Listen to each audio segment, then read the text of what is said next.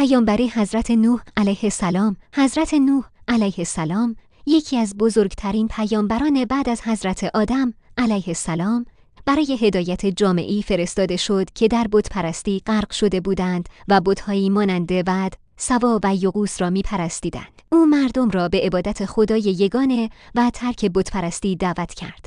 با وجود 950 سال دعوت، طبق آیه 14 سوره عنکبوت، تنها تعداد کمی به او ایمان آوردند. اکثریت مردم، به ویژه بزرگان و سران قوم، او را مسخره کرده و پیامش را رد کردند. آنها می‌پرسیدند چرا باید از او پیروی کنند در حالی که تنها فقرا به او ایمان آوردند. حضرت نوح علیه السلام تاکید کرد که پاداش او فقط نزد خداوند است و هرگز مؤمنان را که بندگان خدا هستند طرد نخواهد کرد. با این حال مخالفت مردم شدت گرفت و حتی تهدید به آزار او کردند. وقتی اصرار آنان بر کفر و بت‌پرستی ادامه یافت، خداوند به حضرت نوح علیه السلام فرمان داد که دعوت را متوقف کند و کشتی بزرگی بسازد و نقشه ساخت آن را نیز به او آموزش داد. او با وجود تمسخر مردم که می‌گفتند چرا در خشکی کشتی می‌سازد، به دستور خدا عمل کرد. پیش از وقوع طوفان، خداوند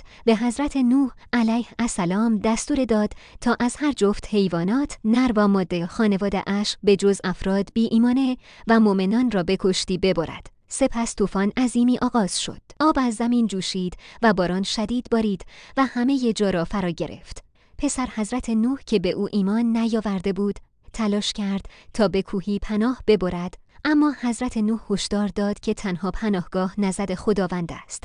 با این حال او غرق شد. پس از فروکش کردن طوفان، کشتی بر کوه جودی نشست. خداوند به حضرت نوح علیه السلام و مؤمنان دستور داد تا از کشتی پیاده شوند و زندگی جدیدی را آغاز کنند و برکت و نسل‌های آینده را به آنان وعده